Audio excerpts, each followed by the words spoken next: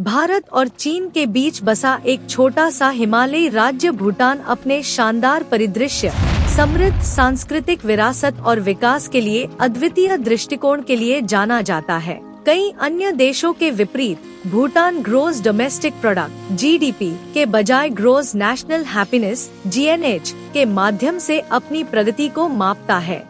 यह भूमि से घिरा देश धीरे धीरे आधुनिकता को अपनाते हुए अपनी परंपराओं को संरक्षित करने में कामयाब रहा है। भूटान एक पहाड़ी देश है जिसकी समुद्र तल से औसत ऊंचाई 2220 मीटर है। स्थलाकृति दक्षिण में उपोष्णकटिबंधीय मैदानों से लेकर उत्तर में अल्पाइन हाईलैंड्स तक फैली हुई है। देश में 4 अलग अलग मौसम होते हैं: वसंत, ग्रीष्म, शरद ऋतु और सर्दी। ऊंचाई के साथ जलवायु में काफी बदलाव होता है, जो पारिस्थितिकी तंत्र और मौसम के पैटर्न की विविधता प्रदान करता है। राजधानी थिम्पू देश के पश्चिमी भाग में स्थित है और समशीतोष्ण जलवायु का आनंद लेती है। भूटान का दर्ज इतिहास 7वीं शताब्दी का है, जब गुरु पद्मसंभव ने बौद्ध धर्म की शुरुआत की थी, जिन्हें गुरु रिनपोछे के नाम से भी जाना जाता है। सदियों से भूटान पर विभिन्न बौद्ध नेताओं और योद्धा राजाओं का शासन रहा है। 17वीं शताब्दी में झाबद्रुंग गवांग नामग्याल ने भूटान को एक राज्य में एकीकृत किया और बौद्ध सिद्धांतों पर आधारित शासन प्रणाली की स्थापना की। 1907 में वांगचुक राजवंश के तहत भूटान एक वंशानुगत राजशाही बन गया। वर्तमान राजा जिग्मे खेसर नामग्याल वांगचुक परंपरा और आधुनिकीकरण के बीच संतुलन बनाकर अपने पूर्वजों की विरासत को कायम रखते हैं। 20वीं शताब्दी तक भूटान बाहरी दुनिया से काफी हद तक अलग थलग रहा। धीरे धीरे अपनी अनूठी पहचान बनाए रखते हुए पर्यटन और वैश्विक संपर्कों के लिए खुलता गया। भूटानी संस्कृति बौद्ध परंपराओं में गहराई से निहित है। देश का आधिकारिक धर्म वज्रयान बौद्ध धर्म दैनिक जीवन के हर पहलू को प्रभावित करता है।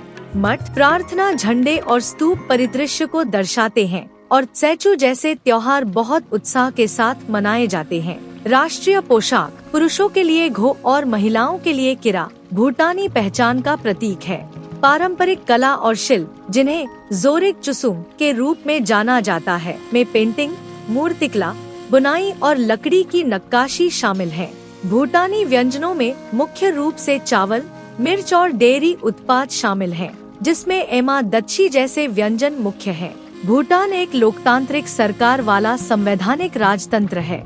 सकल राष्ट्रीय खुशी (जीएनएच) की अवधारणा को चौथे राजा जिग्मे सिंगे वांगचुक ने पेश किया था, जिसमें सतत विकास, सांस्कृतिक संरक्षण, पर्यावरण संरक्षण और सुशासन पर जोर दिया गया था। सरकार एक अद्वितीय ढांचे के तहत काम करती है, जो नीति निर्माण में जीएनएच सिद्धांतों को एकीकृत करती है। भूटान ने कम कार्बन पदचिह्न बनाए रखने में कामयाबी हासिल की है और अपने विशाल वन क्षेत्र को संरक्षित करके कार्बन नकारात्मक बने रहने का लक्ष्य रखता है। भूटान की अर्थव्यवस्था मुख्य रूप से कृषि, जल विद्युत और पर्यटन पर आधारित है।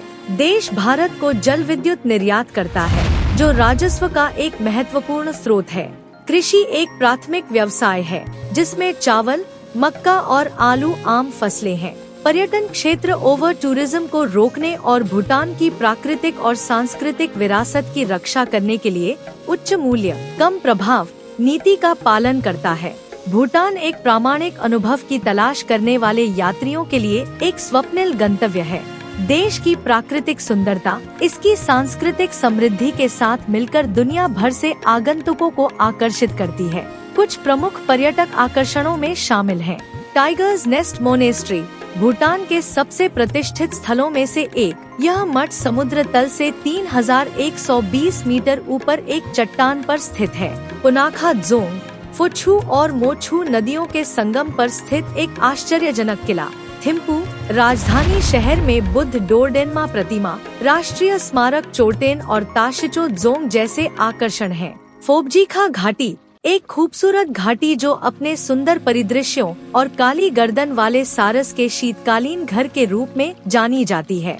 बुमथांग घाटी अक्सर भूटान के आध्यात्मिक हृदय के रूप में संदर्भित बुमथांग देश के कुछ सबसे पुराने मंदिरों और मठों का घर है। भूटान दुनिया के उन कुछ देशों में से एक है जो कार्बन नेगेटिव है। जिसका अर्थ है कि यह जितना उत्सर्जित करता है उससे ज्यादा कार्बन डाइऑक्साइड को अवशोषित करता है।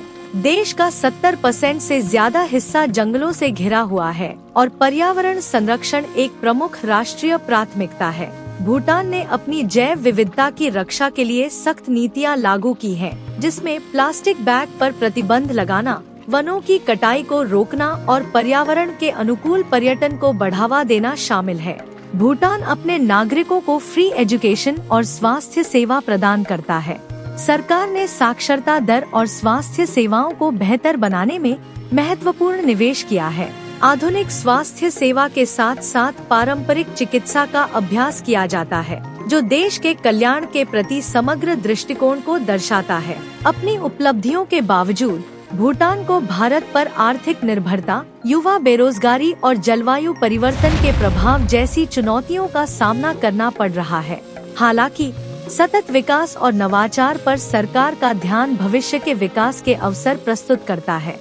भूटान एक ऐसे राष्ट्र के रूप में सामने आता है जिसने परंपरा को प्रगति के साथ सफलतापूर्वक मिश्रित किया है। खुशी, पर्यावरण संरक्षण और सांस्कृतिक संरक्षण के प्रति इसकी प्रतिबद्धता इसे सतत विकास का एक अनूठा उदाहरण बनाती है। जैसे जैसे भूटान विकसित होता जा रहा है, यह दुनिया के लिए एक प्रेरणा बना हुआ है। यह दर्शाता है कि आर्थिक विकास और कल्याण एक साथ चल सकते हैं।